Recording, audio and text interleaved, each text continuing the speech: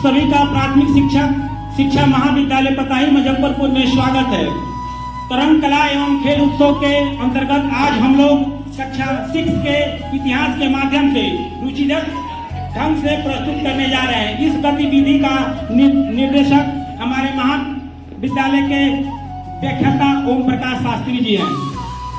मैं बिहार हूँ, मेरी राजधानी पटना है। बिहार की स्थापना 1 अप्रैल 1912 को बंगाल प्रेसिडेंसी से अलग होकर बिहार उड़ीसा के साथ अलग हुआ और मेरा पहला विभाजन 1936 में उड़ीसा के रूप में हुआ और मेरा दूसरा विभाजन झारखंड के रूप में 2000 ईस्वी में हुआ। बिहार के 38 जिले हैं, अनुमंडल 101 है और प्रमंडल की संख्या 9 है और प्रखंडों की संख्या 534 है।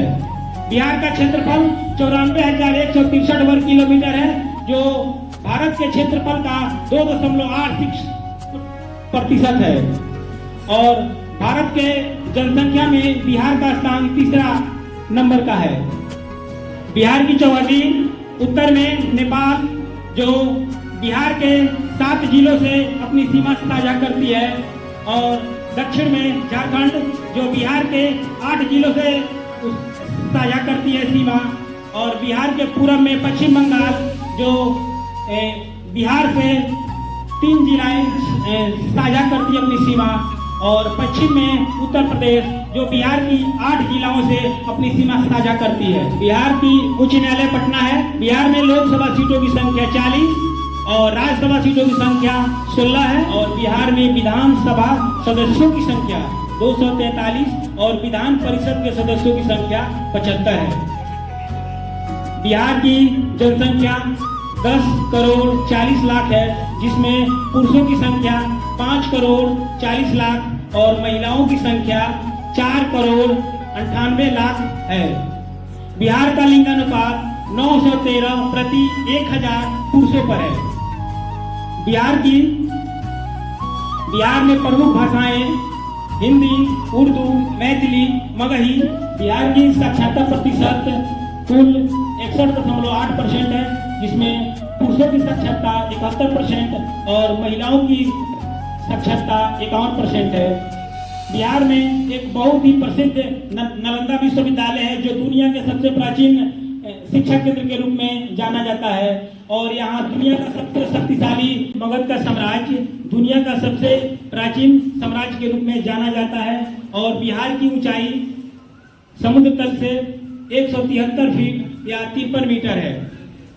बिहार की कला संस्कृति बहुत प्राचीन और समृद्ध है। यहाँ के लोगों की परंपरागत कलाओं में शिल्पकला, चित्रकला, संगीत, नृत्य, साहित्य आदि शामिल हैं। मिथिला पेंटिंग और मधुबनी पेंटिंग जैसे विशेष शैलियों के लिए बिहार प्रसिद्ध है। इसके अलावा बिहार के तीर्थ स्थलों में जैसे कि बोधगया, नालंदा, वैशाली आदि धार्मिक और सांस्कृतिक परंपराओं का महत्वपूर्ण केंद्र है। आइए जानते हैं मधुबनी के बारे में। मधुबनी चित्र शैली यह एक मूल रूप से मिथिलांचल की लोक चित्रकला शैली है। इस लोक कला के विकास में महिलाओं की महत्वपूर्ण भूमिका रही है। मधुबनी चित्र शैली की प्रसिद्ध महिला चित्रकार भगवती देवी, बउआ देवी, दुलारी देवी थी। मधुबनी चित्रकला बनाने में चावल के पाउडर, हल्दी, चंदन, गाय का गोबर इत्यादि चित्रकला में शामिल किया जाता है। आइए जदोपटिया चित्रकला के बारे में जानते हैं। जदोपटिया चित्रकला में जादों का अर्थ चित्रकार और पटिया का अर्थ कागज या कपड़ा होता है। यह चित्र सामान्यतः छोटे कपड़ों या कागज के टुकड़ों को जोड़कर बनाए जाते हैं। प्रत्येक पट 15 से 20 फीट चौड़ा होता है, जिस पर 4 से 16 चित्र निर्मित किए जाते हैं। इस चित्रकला में मुख्यतः लाल, हरा, पीला, भूरा और काला रंग प्रयुक्त होता है। आइए जानते हैं जट जटिन नृत्य के बारे में। जट जटिन दाम्पत्य जीवन पर आधारित लोक नाट्य की प्रमुख सावन से लेकर कार्तिक महीने तक चांदी रात में स्त्रियों के द्वारा की जाने वाली नृत्य है। इसका प्रचलन लगभग पूरे बिहार में है, परंतु उत्तर बिहार के स्त्रियों के बीच यह मनोरंजन का प्रमुख साधन है। जट जटिन की भूमिकाएं मुख्यतः कुंवारी कन्याएं अदा करती हैं। आइए जानते हैं समा चकवा नाट्य के बारे में। समा चकवा नाट्य का आयोजन कार्तिक माह में शुक्ल पक्ष की सप्तमी से पूर्णिमा तक किया जाता है। यह नृत्य समूह गान में गाए जाने वाले गीतों में प्रश्नों के उत्तर के माध्यम से पेश किया जाता है। इसमें कुंवारी कन्याओं के द्वारा अभिनय प्रस्तुत किया जाता है। और सांस्कृतिक धरोहर के बारे में जानते हैं बिहार में बौद्ध, जैन, सिख धर्म के कई पर्यटन स्थल है। ये पर्यटन स्थल कई दृष्टिकोणों से महत्वपूर्ण है। जैसे वैशाली में महावीर की जन्मस्थली, बोध गया में गौतम बुद्ध की जन्मस्थली, पटना का गुरुद्वारा गुरु गोविंद सिंह की जन्मस्थली। आइए इन सब के बारे में विस्तार से जानते हैं। वैशाली में जैन धर्म के 24वें तथा अंतिम तीर्थंकर महावीर का जन्म वैशाली के निकट कुलग्राम में हुआ था। चौथी बौद्ध संगीति का आयोजन भी काल अशोक के शासनकाल में हुआ। गौतम बुद्ध ने अपना अंतिम उपदेश यहीं दिया था। गौतम बुद्ध को निर्वाण की प्राप्ति भी वैशाली में हुई थी। बोध गया में बोधि वृक्ष के नीचे गौतम बुद्ध को ज्ञान की प्राप्ति हुई और उन्होंने दुनिया को एक नया धर्म दिया, बौद्ध धर्म, जो देश ही नहीं बल्कि विदेशों में भी बहुत मशहूर है। बोध गया में दर्शनीय स्थल है बोध गया, महाबोधि मंदिर, इत्यादि। गोलघर पटना के पश्चिम किनारे पर गांधी मैदान के समीप स्थित है। सन 1770 में भयंकर अकाल के बाद अनाज भंडारण के लिए 1,37,000 टन अनाज भंडारण के लिए गोलघर को बनवाया गया था। यह गोलघर अपनी विशाल निर्माण के कारण प्रसिद्ध है। इसकी स्थापना ईस्ट इंडिया कंपनी के द्वारा निर्माण में किया गया था। गोलघर के ऊपर चढ़कर पटना शहर तथा गंगा का दर्शन अच्छी तरह से किया जा सकता है। पटना का गुरुद्वारा जिसे पटना साहिबा के नाम से भी जाना जाता है, गुरु गोविंद सिंह धर्म के अंतिम गुरु गोविंद सिंह की जन्म स्थली है। राजगीर, यह गर्म पानी का झरना जिसे स्थानीय रूप में ब्राह्मकुंड के नाम से जाना जाता है। हिंदुओं का एक पवित्र स्थान है। यहाँ 7 झरनों का पानी मिलता है जिसे सप्त ऋषि के नाम से भी जाना जाता है। विश्व शांति स्तूप राजगीर में ही है। शांति स्तूप के आधार पर 14वें दलाई लामा द्वारा स्थापित गौतम बुद्ध के अवशेष रखे हुए हैं। यह स्तूप अपने धार्मिक महत्व और अपने स्थान के कारण प्रसिद्ध है। नालंदा विश्वविद्यालय नालंदा जिले के नालंदा जिले में स्थित है। यह संसार का प्रथम आवासीय विश्वविद्यालय जिसमें 10,000 विद्यार्थी और लगभग 2,000 शिक्षक हैं। यह विश्वविद्यालय अपने विश्व विज्ञान के लिए प्रसिद्ध है। यहाँ देश ही नहीं बल्कि विदेशों से भी लोग अध्ययन करने के लिए आते थे। आज भारत के पूर्वी क्षेत्र में बसा एक सुंदर सा राज्य है। यह राज्य अपने कई चीजों के लिए प्रसिद्ध है। हम जानेंगे बिहारी व्यंजनों के बारे में, जिसकी भारत में अपनी अलग ही पहचान है। बिहार का लजीज खाना न सिर्फ भारत में बल्कि पूरी दुनिया में प्रसिद्ध है।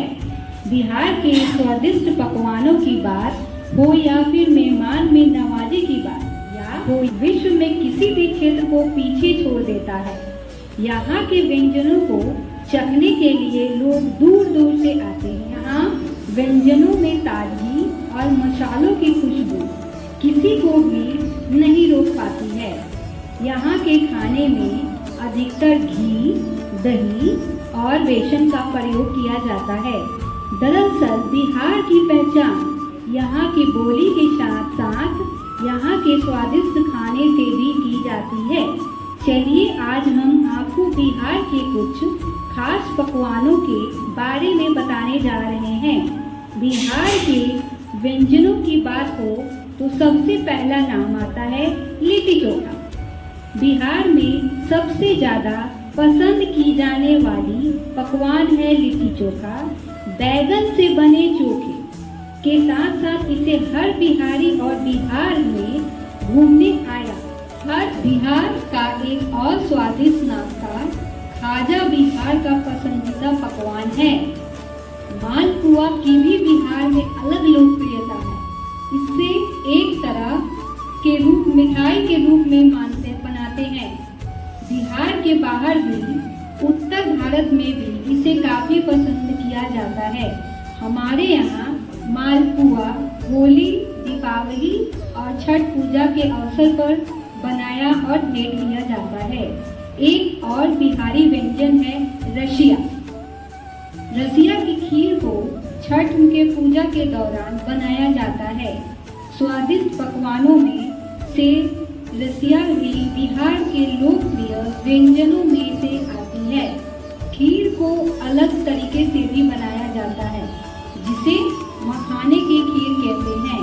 बिहार के व्यंजनों की बात हो और सत्तू शरबत की बात ना हो, ऐसा हो ही नहीं सकता।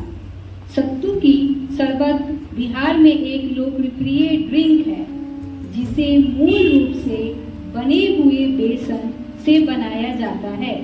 प्रोटीन से भरपूर या स्वादिष्ट पर अपने आप में ऊर्जा से भरपूर होता है। गर्मी के दिनों में मनुष्य के शरीर को ठंडा रखने में सहायता करता है। आइए अब हम बिहार के GI टैग से संबंधित उत्पादों के बारे में जानते हैं, जिनमें सूजियन कढ़ाई, भागलपुरी जर्दालू आम, मिथिला मखाना, सिलवाओ खाजा, मुजफ्फरपुर की शाही लीची, मगहे पत्ते, मरचा धान, भागलपुरी कतरनी चावल भी शामिल है। ये हम सभी बिहार के प्रमुख व्यक्तित्व के बारे में आज जानकारी प्राप्त करते हैं। ऐसे तो मेरा बिहार समृद्ध व्यक्तियों से बहुत ही फला भरा है। आज हम कुछ व्यक्तित्व के बारे में चर्चा करेंगे। जैसे हमारे बिहार में गौतम बुद्ध, महावीर, अश्वघोष, पाणिनि, आर्यभट्ट, चंद्रगुप्त मौर्य जैसे महान शासक हुए, चाणक्य, अशोक जैसे महान शासक हुए, वीर कुंवर सिंह जैसे सेनानायक हुए और राजेंद्र प्रसाद, सच्चिदानंद सिन्हा जैसे प्रमुख व्यक्ति हमारे बिहार में जन्म लिए और बिहार को आगे तक ले जाने का काम किए। वे काफ़ी बिहार को चर्चित किए। इनके बारे में आइए हम कुछ विस्तृत जानकारी प्राप्त करते हैं। आइए बिहार के हमारे प्रमुख व्यक्ति गौतम बुद्ध के बारे में विस्तृत रूप से जानकारी प्राप्त करते हैं। गौतम बुद्ध का जन्म हमारे बिहार के पड़ोसी देश नेपाल के कपिलवस्तु के जंगलों में हुआ था। उनकी पालन पोषण भी नेपाल में हुई, लेकिन उनके ज्ञान की प्राप्ति गया में हुआ था। वे बाद में बिहार में बौद्ध धर्म की स्थापना भी किए थे और आगे तक उन्हें बौद्ध धर्म को प्रसारित भी बिहार में किया था। बिहार के एक प्रमुख व्यक्तित्व महावीर के बारे में हम जानकारी प्राप्त करते हैं। महावीर का जन्म वैशाली के कुंड ग्राम में हुआ था। उन्होंने जैन धर्म के 24वें तीर्थंकर के रूप में अपना कार्य किए थे। वे जैन धर्म को बहुत आगे तक लेकर गए थे और जैन धर्म का त्रिरत्न का भी उन्होंने प्रयत्न बिहार के लोगों से परिचय कराया था। बिहार के एक और प्रमुख व्यक्तित्व अश्वघोष के बारे में जानकारी प्राप्त करते हैं। वे हर्षवर्धन के दरबार में रहा करते थे। उन्होंने कादम्बरी और वानभट्ट जैसे पुस्तकों की रचना किए थे। पाणिनि अष्टाध्यायी की रचना किए थे। उन्होंने संस्कृत के बहुत बड़े पुस्तक अष्टाध्यायी की रचना किए थे, जिन्हें संस्कृत व्याकरण का जनक भी माना जाता है। आइए हम अब जानते हैं बिहार के एक प्रमुख वैज्ञानिक और गणितज्ञ आर्यभट्ट के बारे में। आर्यभट्ट प्रथम शताब्दी के एक वैज्ञानिक थे, जिन्होंने शून्य का भी आविष्कार किया था। आर्यभट्ट आर्यभट्टियम नामक भी एक ग्रंथ की रचना किए थे, जिसमें उन्होंने पृथ्वी और सूर्य के परिक्रमा के बारे में भी चर्चा किए थे। बिहार के एक प्रमुख शासक चंद्रगुप्त मौर्य के बारे में जानकारी प्राप्त करते हैं। चंद्रगुप्त मौर्य वंश के स्थापना किए थे। उन्होंने बिहार में और उन्होंने अपने समय में मौर्य वंश को भारत के लगभग सभी अधिकांश भागों पर उन्होंने मौर्य वंश का अपना विस्तार कर लिए थे और वे एक अच्छे शासक भी थे। मौर्य वंश को उन्होंने इतने आगे तक ले गए कि आज भी हम विद्यार्थियों को पुस्तक के रूप में मौर्य वंश को पढ़ने के लिए अपने पाठ्य पुस्तिका में उसको दिया गया है। वीर कुंवर सिंह बिहार के एक प्रमुख शासक भी थे। 1857 की क्रांति में उन्होंने अंग्रेजों से अकेले ही सामना किए थे और काफी हद तक अंग्रेजों को उन्होंने छक्के छुड़ाने का काम किया था। बाबू कुंवर सिंह जगदीशपुर के मूल निवासी थे और वे एक अच्छे शासक के रूप में विकार किए थे। राजेंद्र प्रसाद जी का जन्म बिहार के सिवान जिले के जीरादेई नामक ग्राम में हुआ था। उन्होंने भारत के प्रथम राष्ट्रपति के रूप में भी कार्य किए थे और एक बिहार के बहुत बड़े राजनीतिक एवं शिक्षाविद भी थे और बिहार को बहुत आगे तक ले जाने में उनका महत्वपूर्ण योगदान रहा था। इन सब कारणों के चलते बिहार का सारे देशों में एक उत्तम स्थान है और यहाँ की सांस्कृतिक वेशभूषा, खान पान, रीति रिवाज और यहाँ पे बहुत सारे महापुरुषों का जन्म हुआ जिसके चलते हमारी धरती या बिहार देश में श्रेष्ठ स्थान रखता है। धन्यवाद।